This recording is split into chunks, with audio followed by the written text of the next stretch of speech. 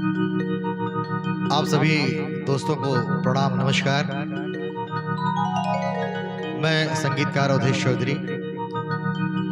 आइए, वैसे तो मैं कोई गायक कलाकार नहीं हूँ, लेकिन ये पहली बार कोशिश कर रहा हूँ थोड़ा सा गाने की। शायद आप लोगों को पसंद आ जाए और आप सभी दोस्तों से प्यार दुलार चाहूँगा। आइए, एक भक्त की व्यथा मैं बता रहा हूँ।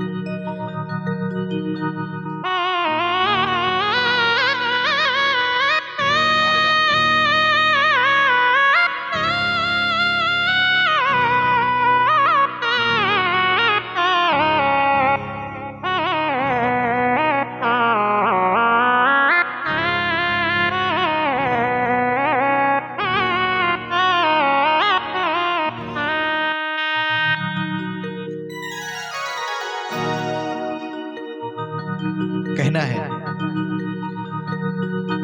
दिन रात अखिया से लोरवा बहाई,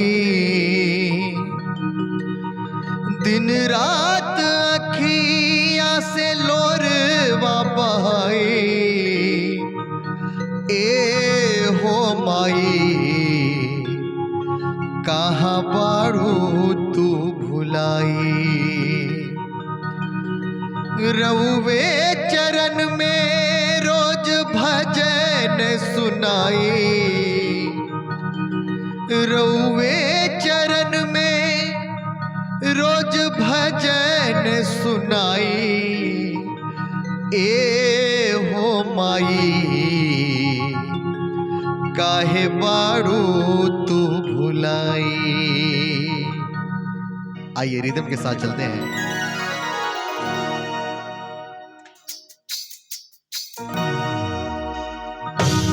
कहना है, दिन रात अखिया से लोरवा बहाई, दिन रात अखिया से लोरवा बहाई, ए हो माई काहे बारू तू भुलाई, ए हो माई काहे बारू तू भुलाई। रउवे चरण में रोज भजन सुनाई, रउवे चरण में रोज भजन सुनाई, ए हो माई काहे बारू तू भुलाई, ए हो माई काहे बारू तू भुलाई।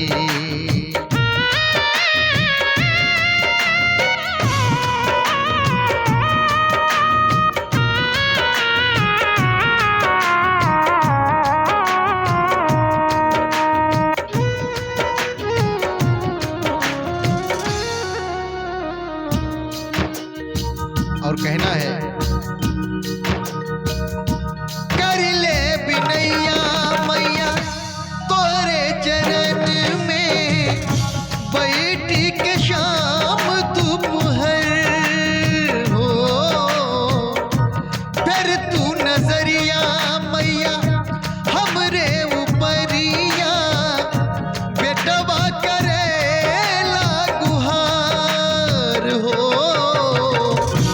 दिलवा के दुख हमसे अब ना सहाई, दिलवा के दुख हमसे अब ना सहाई, ए हो माई काहे बारू तू भुलाई, ए हो माई काहे बारू तू भुलाई।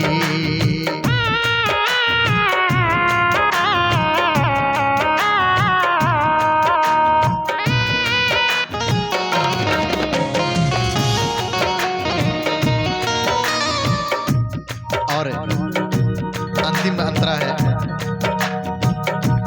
अवधेश पूजा शैलेश अइले दुवरिया, पूरा कई दसर था हमार हो। आप लोगों से मैं कहना चाहूंगा, आप लोग सुनिएगा। हो अवधेश पूजा शैलेश अइले दुवरिया, कहना है, कई दास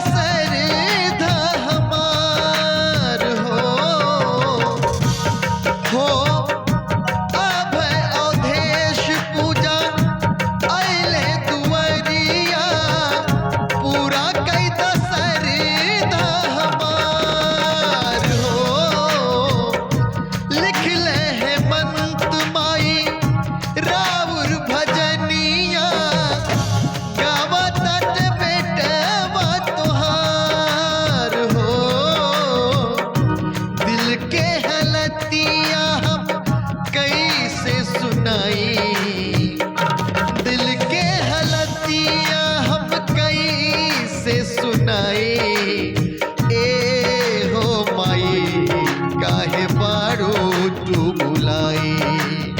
ए हो माई काहे बारू तू बुलाई। दिन रात अखिया से लोरे बहाई। ए हो माई काहे बारू तू बुलाई। आप सभी को नमस्कार, जय माता दी।